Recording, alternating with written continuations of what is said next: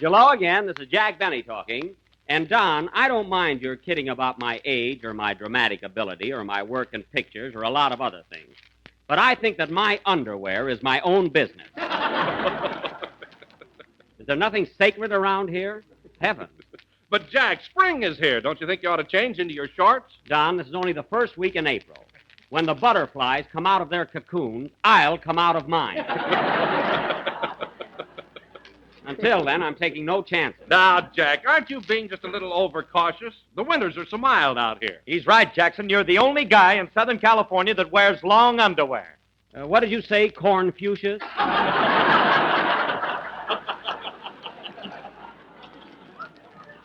What was that? I said you're the only guy in Southern California that wears long underwear. Oh, yeah? Did you ever see Tyrone Power's backyard on a Monday morning? Don't tell me those are Annabella's.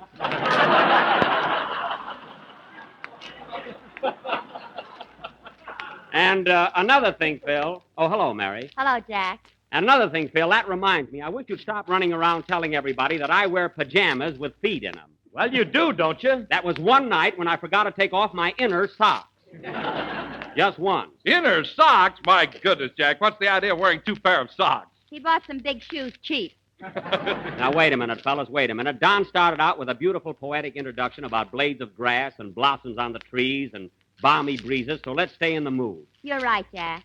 Spring is beautiful. I'll say it is. You know, I was out in my yard this morning, and I saw the cutest little robin. Yeah? Gee, he was sweet. Oh, I love robins. And he just got in from the south. How do you know? He wasn't unpacked yet. Now, cut it out! Heavens to Betsy. You have to make a gag out of everything.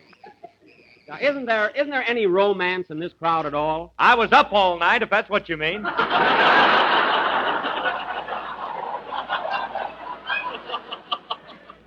I don't mean that. I'm talking about spring, birds, nature, flowers. Gee, doesn't a buttercup mean anything to you, Phil? Yeah, but don't let it get around. I won't. But no kidding, fellas. This is the season of the year when we should have joy in our hearts. We should be happy and gay. I'm happy, Mr. Benny. I know you are, Dennis. You're always happy. What a mallet his head would make. Mary, believe me, it's a real pleasure to have one person around here that's contented and glad he's working for me. That kid's going to get a raise. What are you going to do, let him stand on a box? No, I'm not going to let him stand in the box. I'm going to give Dennis an increase in salary. I've heard that too, Dennis. Don't go out and buy a car. Now, just a second, Phil. I don't know what you're complaining about. Remember that day you came to me looking for a job 4 years ago? Mr. Benny, you said. You called me Mr. Benny then. Mr. Benny, you said, please put me to work on your program. My beer garden job is all right, but I want to improve myself. I want to get somewhere. Remember that, Phil? Yes, but... And I said to you, cheer up, young man. I'll take you under my wing. Well, Phil, I've kept my word, and you've been with me ever since. That's true, Jackson, but I still think that I'm not getting enough dough. Listen, Phil. Listen to me.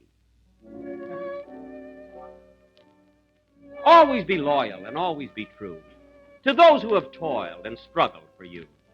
It isn't the salary or money you get. It's the smile of a friend that counts. You can bet.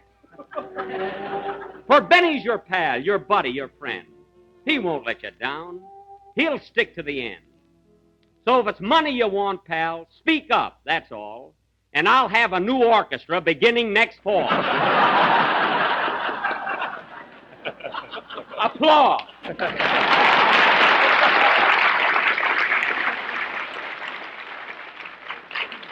Thank you. Now, Mary, you're next. Have you any complaints to make, young lady? No, Jack, it's wonderful working for you. It's heaven, it's paradise. Skies are all blue. Well. You're so sweet and charming, and you never irk. But in spite of all this, I think you're a... Now, Don!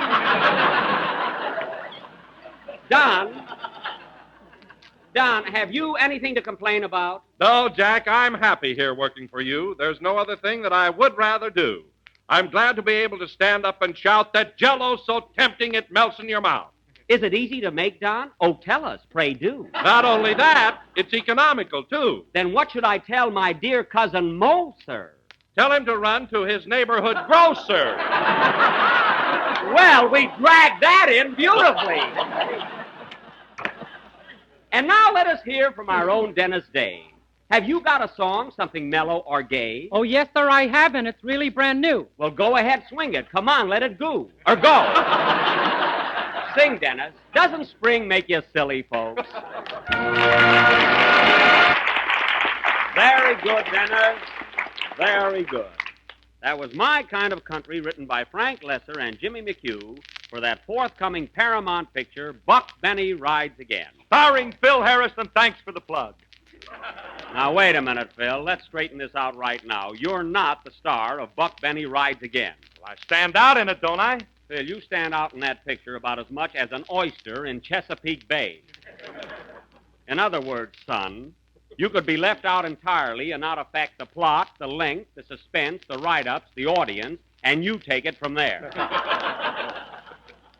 A fine star. By the way, Jack, when will the picture be finished? Oh, we're through with it, Don. In fact, I have a little surprise for you. Buck Benny is going to have its world premiere in New York in a couple of weeks, and we're all going. Oh, New New York! York! Yes, sir. When are we leaving, Jack? Right after next Sunday's show, we're going to do 2 broadcasts there. Wait till the big city gets a load of me in my 10-gallon hat. Well, Jack, that's the kind of a He-Man part you've always wanted to play. So you finally made it, huh? Yes, and I don't want to brag or anything, Don, but I think I make a pretty good cowboy. Oh, Jack. What? Tell him about the trouble you had with your horse. Oh, you mean Abdul? Yeah. What a ham that animal was. He tried to steal every scene from me. Why didn't you turn him around so he wouldn't face the camera? He did, and the horse still had more personality than Jack.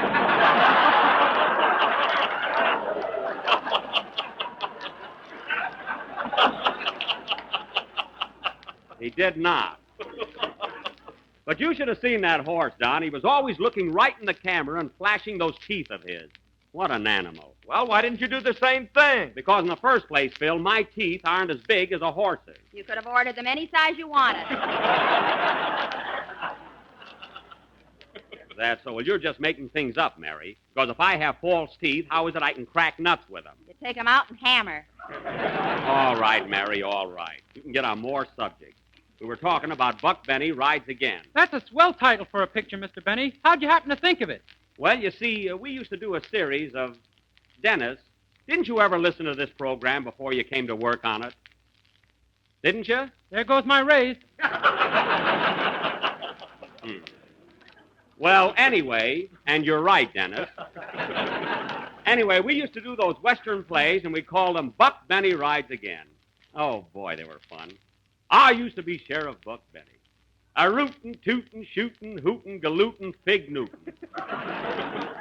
That was me. And I used to be your deputy, remember? Yes, sir. And I was Daisy Carson, your sweetheart. Remember how you'd always ride over to my house and visit me? Yeah. And we'd sit in the parlor and hold hands. Uh-huh. And then you'd put the lights out. Uh-huh. And then you'd show your home movies. Oh, boy, was I romantic. And then there was your pappy, Frank Carson, the town cut-up. That was me, folks. Where's my jug, Daisy? And didn't we have an awful time trying to catch Cactus Face Elmer, the villain? You know, fellas, I've got a great idea. Let's put on a Buck Benny tonight and show Dennis how we used to do them. Would you like to hear another one, folks?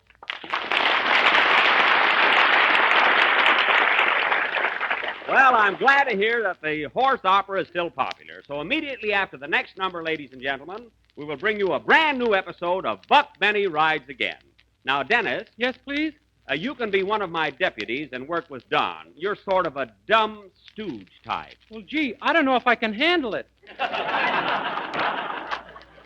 Dennis, believe me, you'll come through. All right, Phil, let's have a number, and then we'll go into our sketch. Okay, Jackson, do you want us to play loud or soft? There's no choice, and you know it. So just blast away. Hold it a minute. Hello? Oh, Mr. Benny, this is Rochester. Rochester, I begged and pleaded with you not to call me in the middle of a broadcast. Now, what do you want? Well, boss, I was just listening to the program, and I heard you say you were going to New York a week from tonight.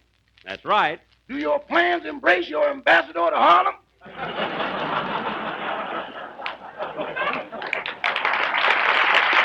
Yes. Yes, Rochester, you're coming along. But we're going to be awfully busy in New York, so I don't know if you'll have time to go to Harlem. Let's get to New York and worry from there. All right, all right. Now, as long as you know we're going, you might as well start making preparations. First of all, tell Mr. Billingsley, our boarder, that we're going to be gone a couple of weeks, so he'll have to make his own coffee in the morning. Okay. By the way, what are we going to do with that polar bear and ostrich? Carmichael and Trudy? I don't know. Maybe we can get them a week at the Orpheum. I doubt it. Carmichael hasn't rehearsed on his bicycle in a month, and he's all butterfingers with those Indian clubs. They'd never get booked. I don't know about that. Trudy does a mean striptease. Striptease? Yeah, she pulls her plumes out one by one. I know, but what have you got after the first show?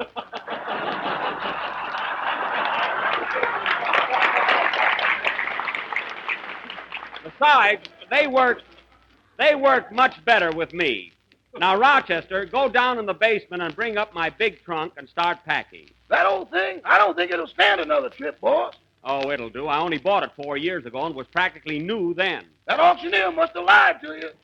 I don't want to hear another word about it, Rochester. That trunk isn't so old. It's got a bustle compartment. That's for shoes.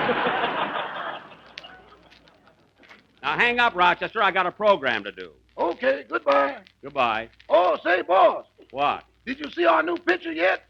Yes, they ran Buck Benny for me at the studio last night. How am I in it? Very good, Rochester. You're swell. You're a big hit.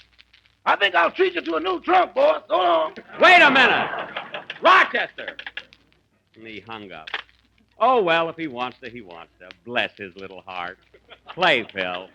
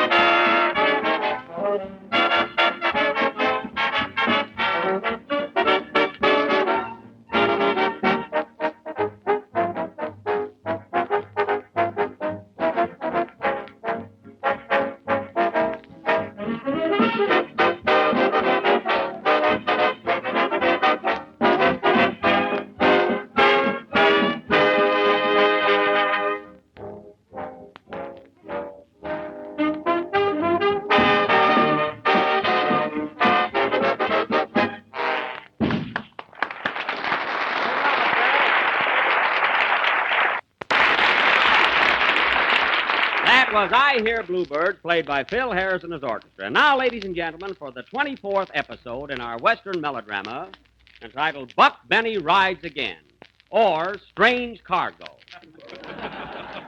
The opening scene is the office of Sheriff Buck Benny in the thriving little cow town of East Moo, Texas. Curtain.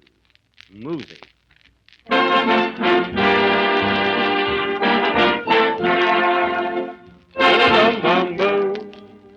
Get-a-dum-bum-bee. Get-a-dum-bum-dee-dum-ba-boom-ba-bee. Hello? Sheriff's office, Buck Benny speaking. Oh, hello, Red. What? Did I hear about did I? Oh, did I hear about did I? Plugged, eh? What did, did Deadeye die? I mean, is he dead, Red? Oh, his dad. Deadeye's dad's dead, Red. Well, how'd he happen to get shot? Oh, he thought he found a horse. Well, thanks, Red. Goodbye. What's up, Sheriff? Deadeye's Die's dead. Deadeye's dead's dead. Deadeye's father just stole his last horse. Too bad. Good riddance, Saul. Now, if we could just get rid of Frank Carson, this town would be fit to live in. Now, hold on there, Deputy. That low-down, no-good skunk is my gal's father. Besides, he's reformed. Reformed? Why, last night he slept in the gutter in front of the East Move Biltmore. Well, that's the best hotel in town, ain't it? I remember when Frank used to sleep in front of the firehouse. They had to take the hook and ladder out the back door. Where's Deputy Day? Oh, Day? Yes, please.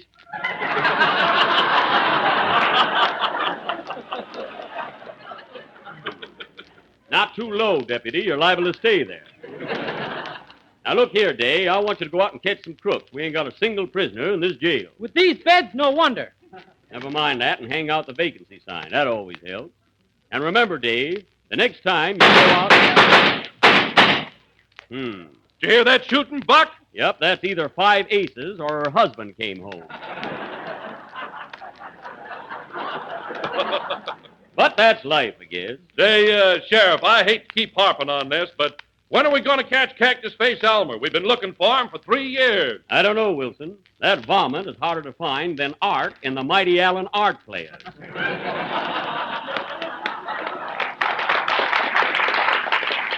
But I'll get him one of these days. Well, see you later, deputies. Where you going, Sheriff? Next door to Deadeye's barber shop and get a haircut. Then I'm going over and propose to Daisy Carson. Why, you've been proposing to her for over 10 years. When's she going to say yes? I don't know, but if you don't say it soon, it won't be worth it. So long, deputies.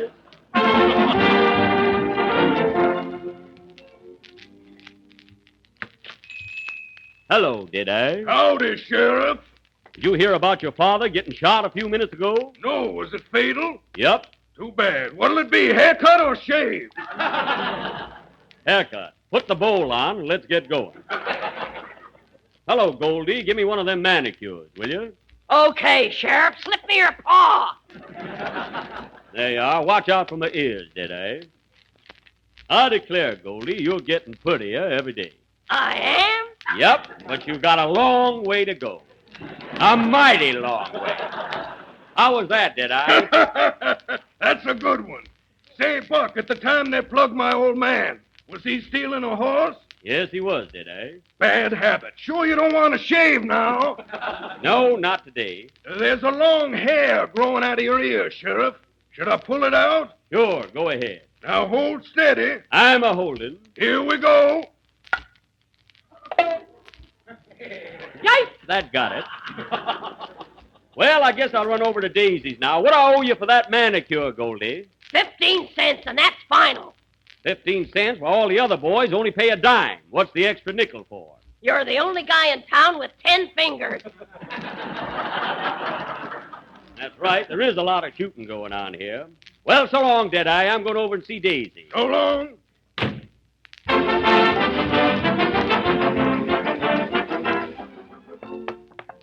Come on. Giddy up there. Well, here's the Carson house now. Whoa, partner. Whoa.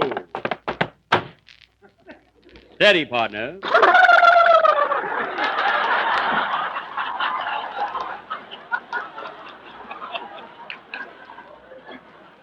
Steady now, and here's a note to chew while I'm gone.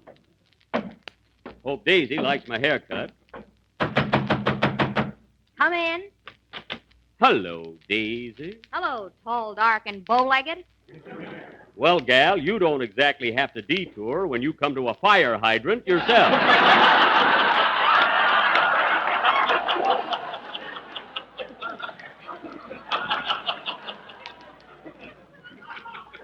I just came from the barber shop, Daisy. What do you think of my haircut? I can't tell with that beanie you're wearing. That's the haircut. Oh. Well, Daisy, I suppose you know what I came here for. I've been a-courting you now for over 10 years. You meant everything to me, and you still do. Now, what do you say, gal? Will you marry me? Yes. Now, wait a minute! No use rushing into this like a couple of school kids. Buck, I was only kidding. I told you before I can't never marry you as long as Pappy is alive. I gotta stay home and take care of him. Well, don't you care for me? Yes, but I care mere for him. Same old story. Where's your pappy now? Upstairs, he filled the bathtub full of dry martinis, and he's diving for olives. Doggone him. You know, Daisy, if your old man don't give up drinking, he's going to start seeing things. Start seeing things. He runs all over the house now trying to trap them. No fooling. Why, Buck, you know that big empty closet we got upstairs in the attic with nothing hanging on the walls? Yes? That's his trophy room. Well, I think I better have a talk with Frank and see if I can straighten him out.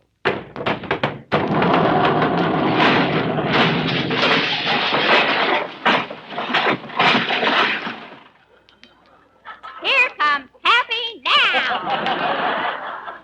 Well, hello, Buck. Have an olive. Thanks. Come on, Buck. I think we better go downstairs and join Daisy. You're downstairs now. Then I'm going to take them steps out. I don't need them.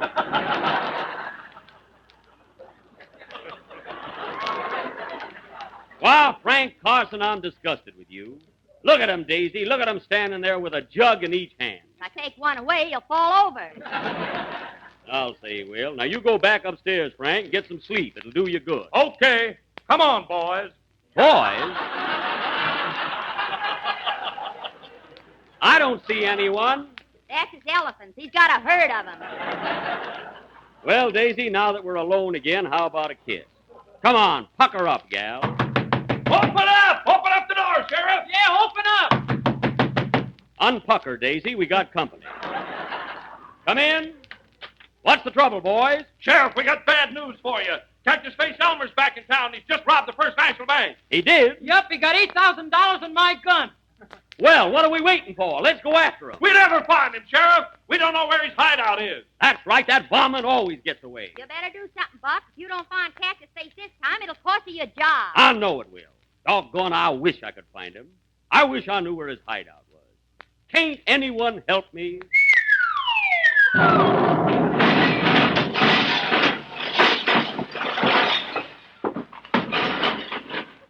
I'll help you, kid.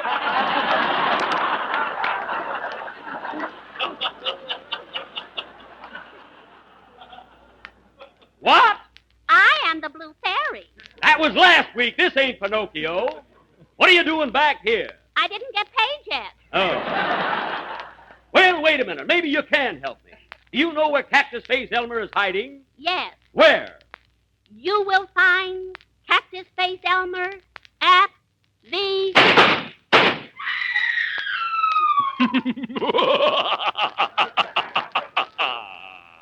This, ladies and gentlemen, will not be continued next week.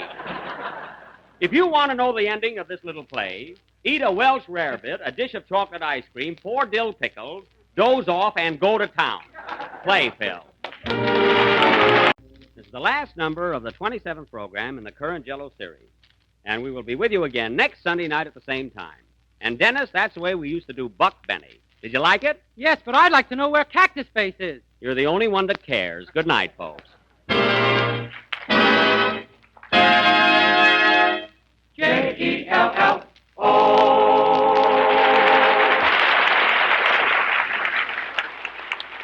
And here's more fun and enjoyment for you. Tune in every Tuesday night for another swell half hour of Jello entertainment, the famous Aldrich family. See your local paper or movie and radio guide for time and station. This is the National Broadcasting Company.